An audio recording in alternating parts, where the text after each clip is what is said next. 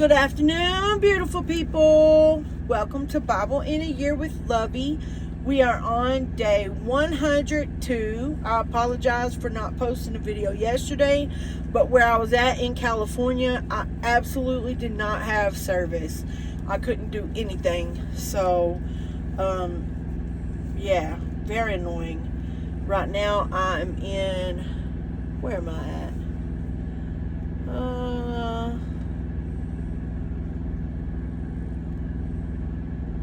I'm somewhere in Arizona. Holbrook. I'm in Holbrook, Arizona. And so I just parked for the day and ate my dinner. And now we're going to record. So just know, guys, that while I'm in the big truck, if there are days that I miss 9 times out of 10, it's going to be because I have no service where I'm at. So, thinking maybe I might have to invest in like a portable Wi-Fi box or something. But right now, I'm trying to play catch up from missing 4 months of work. And yeah, so with all that said, we're reading the Life Application Study Bible, 3rd edition, New Living Translation, for anybody interested in following along. Today we're going to read 1 Samuel 19, 20, and 21. And then we're going to flip over to Luke chapter 11 and finish it off. So if y'all are ready, let's dive right in. 1 Samuel chapter 19. Saul now urged his servants and his son Jonathan to assassinate David. But Jonathan, because of his strong affection for David, told him what his father was planning. Tomorrow morning, he warned him, you must find a hiding place out in the fields. I'll ask my father to go out there with me, and I'll talk to him about you. Then I'll tell you everything I can find out. The next morning, Jonathan spoke with his father about David, saying many good things about him. The king must not sin against his servant David, Jonathan said. He's never done anything to harm you. He's always helped you in any way he could. Have you forgotten about the time he risked his life to kill the Philistine giant and how the Lord brought a great victory to all Israel as a result? You were certainly happy about it then. Why should you murder an innocent man like David? There's no reason for it at all. So Saul listened to Jonathan and vowed, as surely as the Lord lives, David will not be killed. Afterward, Jonathan called David and told him what had happened. Then he brought David to Saul, and David served in the court as before. War broke out again after that, and David led his troops against the Philistines. He attacked them with such fury that they all ran away. But one day, when Saul was sitting at home with spear in hand, the tormenting spirit from the Lord suddenly came upon him again. There goes that tormenting spirit from the Lord. From the Lord. We got to stop giving Satan so much credit. Look at ourselves. We got to examine our own hearts. Not everything is from Satan. Stop giving him so much credit. There goes the tormented spirit from the Lord.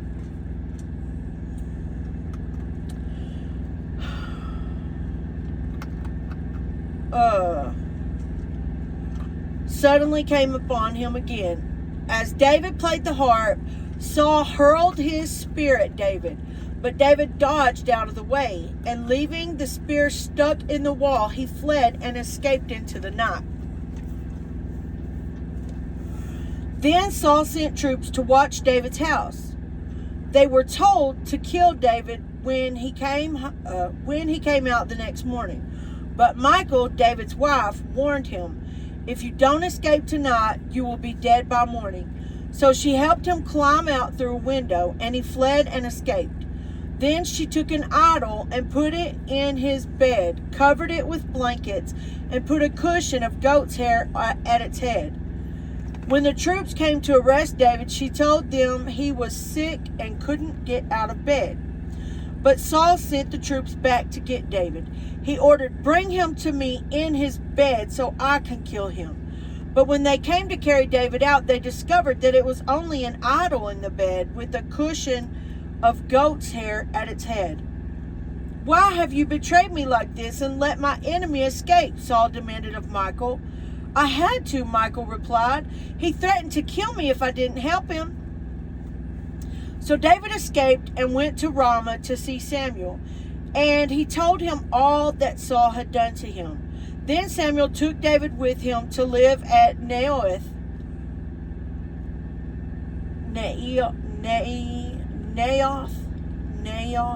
whatever. When the report reached Saul that David was at Naioth in Ramah, he sent troops to capture him. But when they arrived and saw Samuel leading a group of prophets who were prophesying, the Spirit of God came upon Saul's men, and they also began to prophesy. When Saul heard what had happened, he sent other troops, but they too prophesied. The same thing happened a third time. Finally, Saul himself went to Ramah and arrived at a great well in Seku. Where are Samuel and David? He demanded. They are at Naioth Ramah, in Ramah, someone told him.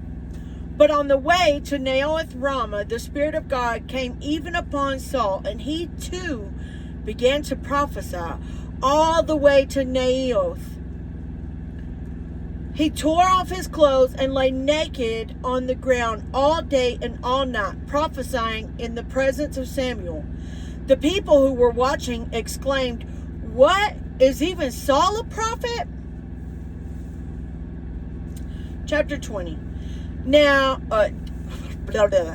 David now fled from Naioth in Ramah and found Jonathan.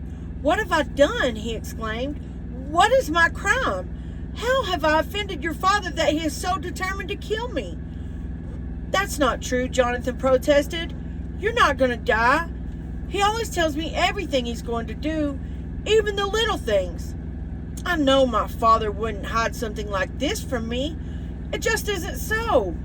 Then David took an oath before Jonathan and said, "Your father knows perfectly well about our friendship.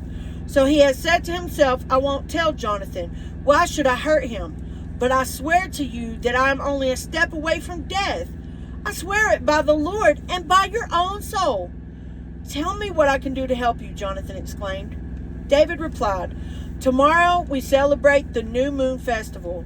I've always eaten with the king on this occasion, but tomorrow I'll hide in the field and stay there until the evening of the third day. If your father asks where I am, tell him I asked permission to go home to Bethlehem for an annual family sacrifice. If he says, 'Fine,' you will know all is well. But if he is angry and loses his temper, you will know he is determined to kill me. Show me this loyalty as my sworn friend, for we made a solemn pact before the Lord. Or kill me yourself if I have sinned against your father. But please don't betray me to him." "Never!" Jonathan exclaimed. "You know that if I had the slightest notion my father was planning to kill you, I would tell you at once." Then David asked, "How will I know whether or not your father is angry?" "Come out to the field with me," Jonathan replied. And they went out there together. Then Jonathan told David, "I promise by the Lord, the God of Israel, that by this time tomorrow or the next day at the latest, I will talk to my father and let you know at once how he feels about you. If he speaks favorably about you, I will let you know. But if he is angry and wants you killed, may the Lord strike me and even kill me if I don't warn you so you can escape and live. May the Lord be with you as he used to be with my father. And may you treat me with the faithful love of the Lord as long as I live. But if I die, treat my family with this faithful love, even when the Lord destroys all your enemies from the face of the earth." So Jonathan made a solemn pact with David, saying, "May the Lord destroy all your enemies." And Jonathan made David reaffirm his vow of friendship again, for Jonathan loved David as he loved himself. Then Jonathan said, "Tomorrow we celebrate the New Moon Festival. You will be missed when your place at the table is empty. The day after tomorrow evening, go to the place where you hid before and wait there by the stone pile. I will come out and shoot 3 arrows to the side of the stone pile as though I were shooting at a target. Then I will send a boy to bring the arrows back. If you hear me tell him they're on this side, then you will know as surely as the Lord lives that all is well and there's no trouble. But if I tell him, go farther, the arrows are still ahead of you, then it will mean that you must leave immediately, for the Lord is sending you away. And may the Lord make us keep our promises to each other, for he has witnessed them. So David hid himself in the field, and when the new moon festival began, the king sat down to eat. He sat at his usual place against the wall, with Jonathan sitting opposite him and Abner beside him. But David's place was empty. Saul didn't say anything about it that day, for he said to himself, something must have made David ceremonially unclean. But when David's place was empty again the next day, Saul asked Jonathan, why hasn't the son of Jesse been here for the meal either yesterday or today? Jonathan replied, David earnestly asked me if he could go to Bethlehem. He said, please let me go, for we are having a family sacrifice. My brother demanded that I be there. So please let me get away to see my brothers. That's why he isn't here at the king's table. Saul boiled with rage at Jonathan. You stupid son of a whore. Oh my goodness gracious. That's actually in the Bible. I literally just read it. If you don't believe me, go get this Bible and read 1 Samuel chapter 20, verse 30. He literally said that. You stupid son of a whore. He swore at him. Do you think I don't know that you want him to be king in your place? Shaming yourself and your mother. As long as that son of Jesse is alive, you'll never be king. Now go and get him so I can kill him. But why should he be put to death? Jonathan asked his father.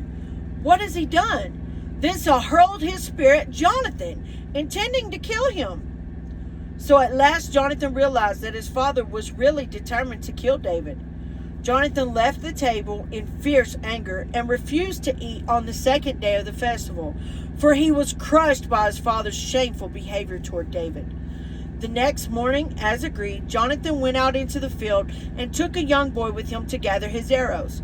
Start running, he told the boy, so you can find the arrows as I shoot them. So the boy ran, and Jonathan shot an arrow beyond him. When the boy had almost reached the arrow, Jonathan shouted, the arrow is still ahead of you. Hurry, hurry, don't wait. So the boy quickly gathered up the arrows and ran back to his master. He, of course, suspected nothing. Only Jonathan and David understood the signal. Then Jonathan gave his bow and arrows to the boy and told him to take them back to town. As soon as the boy was gone, David came out from where he had been hiding near the stone pile. Then David bowed 3 times to Jonathan with his face to the ground. Both of them were in tears as they embraced each other and said goodbye, especially David. At last Jonathan said to David, go in peace, for we have sworn loyalty to each other in the Lord's name. The Lord is the witness of a bond between us and our children forever. Then David left, and Jonathan returned to the town.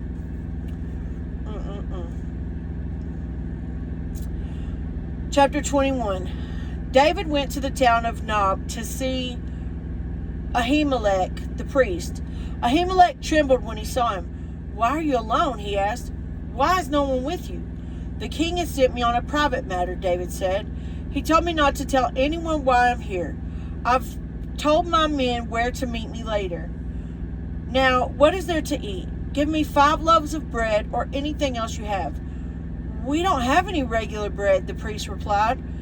But there's the holy bread, which you can have if your young men have not slept with any women recently. Don't worry, David replied. I never allow my men to be with women when we are on a campaign. And since they stay clean even on ordinary trips, how much more on this one? Since there was no other food available, the priest gave him the holy bread, the bread of the presence that was placed before the Lord in the tabernacle. It had just been replaced that day with fresh bread. Now Doeg, the Edomite, Saul's chief herdsman, was there that day, having been detained before the Lord. David asked Ahimelech, do you have a spear or sword? The king's business was so urgent that I didn't have time to grab a weapon. I only have the sword of Goliath, the Philistine, whom you killed in the valley of Elah, the priest replied. It is wrapped in a cloth behind the ephod. Take it if you want it, for there is nothing else here." "There's nothing like it," David replied. "Give it to me." So David escaped from Saul and went to King Achish of Gath. But the officers of Achish were unhappy about his being there. "Isn't this David, the king of the land?" they asked. "Isn't he the one the people honor with dances, singing, 'Saul has killed his thousands and David his 10,000s'?" David heard these comments and was very afraid of what King Achish of Gath might do to him. So he pretended to be insane, scratching on doors and drooling down his beard. Finally, King Achish said to his men, "Must you bring me a madman? We already have enough of them around here. Why should I let someone like this be my guest?" That's all in 1 Samuel today. I love these stories. I love them. I love them. I love them. All right. Now we're going to flip over to Luke chapter 11. We pick up on verse 29 and we're going to finish it off. I'll give y'all a minute to get there. I know some of you are actually following along. Those of you who aren't, that's okay too. I just want to be mindful of everybody. Luke chapter 11, verse 29. Y'all ready? Here we go. And a lot of this is red letters, so y'all just be mindful of what Jesus is saying, because this is Jesus talking, you know.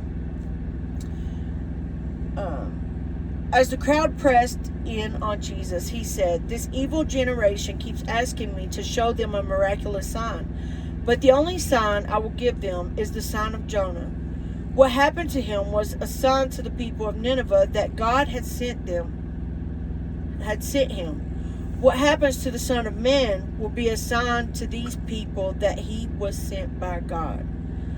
The Queen of Sheba will stand up against this generation on Judgment Day and condemn it. For she came from a distant land to hear the wisdom of Solomon. Now someone greater than Solomon is here, but you refuse to listen. The people of Nineveh will also stand up against this generation on Judgment Day and condemn it, for they repented of their sins at the preaching of Jonah. Now someone greater than Jonah is here, but you refuse to repent. No one lights a lamp and then hides it or puts it under a basket.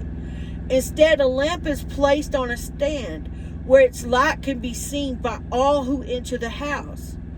Your eye is like a lamp that provides light for your body.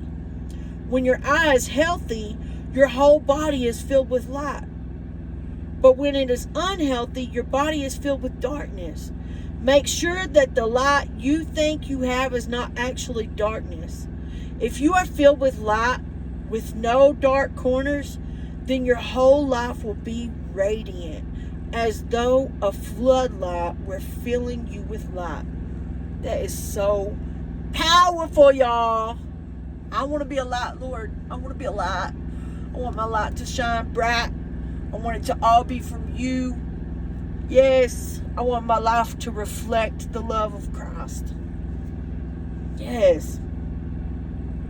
As Jesus was speaking, one of the Pharisees invited him home for a meal. So he went in and took his place at the table. His host was amazed to see that he sat down to eat without first performing the hand-washing ceremony required by Jewish custom.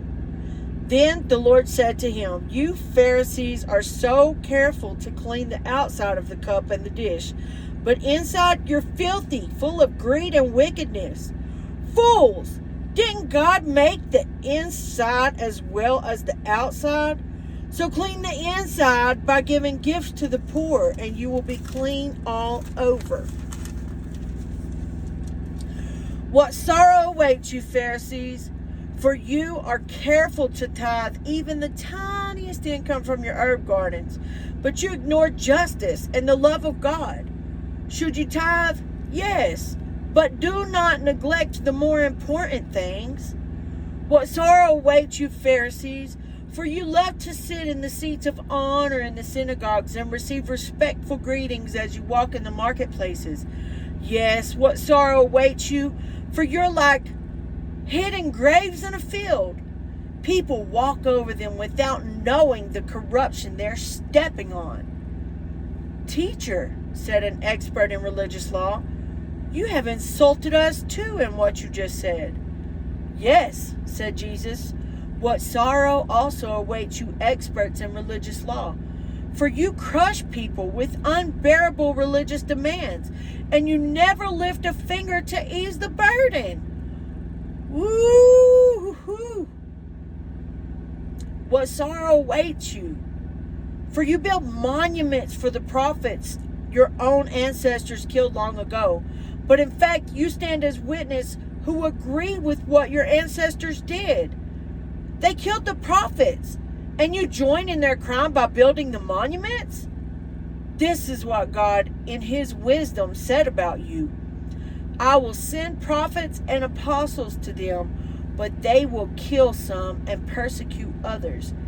As a result, this generation will be held accountable for the murder of all God's prophets from the creation of the world, from the murder of Abel to the murder of Zechariah, who was killed between the altar and the sanctuary. Yes, it will certainly be charged against this generation. What sorrow awaits you, experts in religious law, for you remove the key to knowledge from the people. You don't enter the kingdom yourselves, and you prevent others from entering. Ooh. As Jesus was leaving, the teachers of religious law and Pharisees became hostile and tried to provoke him with many questions. They wanted to trap him into saying something they could use against him. Man.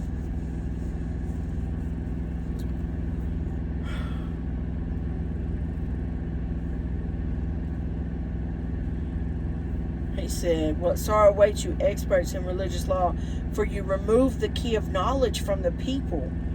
You don't enter the kingdom yourselves, and you prevent others from entering. In other words, like, you're supposed to share the word of God. You're supposed to share the word. Read it, share it, live it. Read it, live it, share it. Be open to speak about what you've learned from the Bible. Don't be what blocks somebody else from making it into the kingdom. Don't be what blocks somebody else from learning the word of God. Don't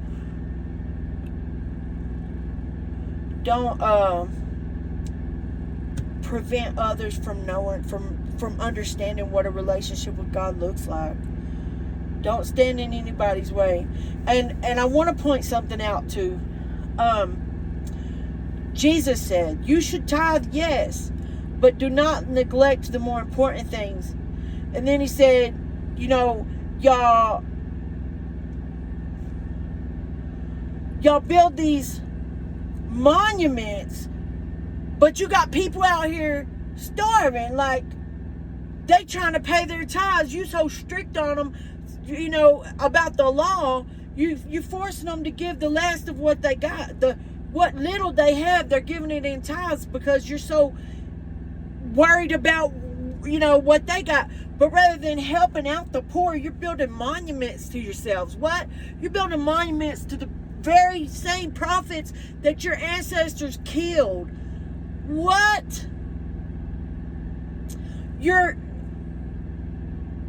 trying to convince your church to pay tithes because it's part of the law, but yet it's hurting them. It's hurting your members. Some of your members are really low on funds, but you make them feel guilty because they ain't paid their tithes yet. And then they pay their tithes, and then they got a bill that's about to be cut off because they put that money towards their tithes. And yet, like you buying brand new equipment and establishing this and that, put a new steeple on the church or something like that. But you got members of your church that are going hungry because they're trying to pay their tithes because you're preaching that so much. Jesus said, yes, you should tithe, but don't neglect the more important things. In other words, yes, when you can, when you have it, when it's not going to hurt you, yes, tithe, yes, by all means. Tithing isn't just giving money. Tithing is giving your time, giving your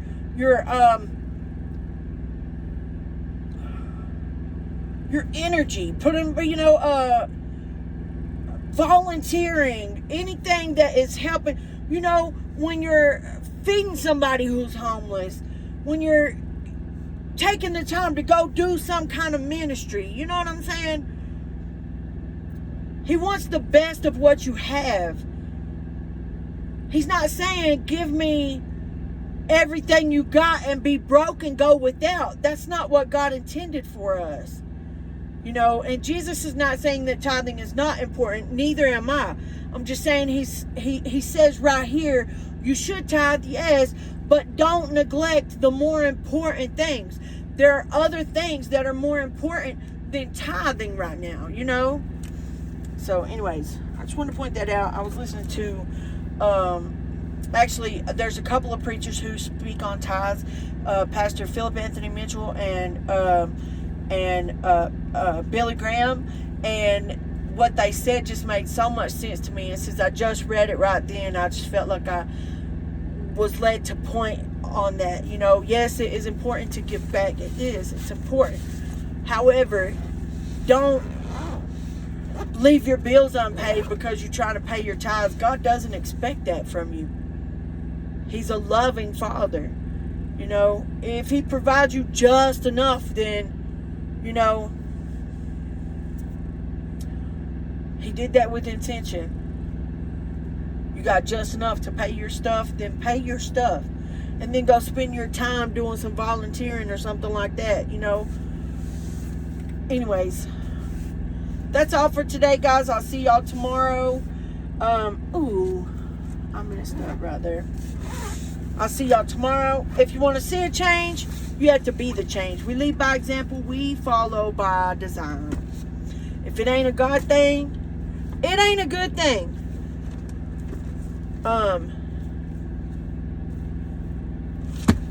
There we go. So I pray that y'all have a blessed rest of your day. And I will do my best to see y'all tomorrow. If this video posts pretty easily, then I could say I will most likely be posting in the morning tomorrow before I leave out on my journey. So, with that said, I love y'all. Y'all are my prayers. Don't forget to love like Jesus.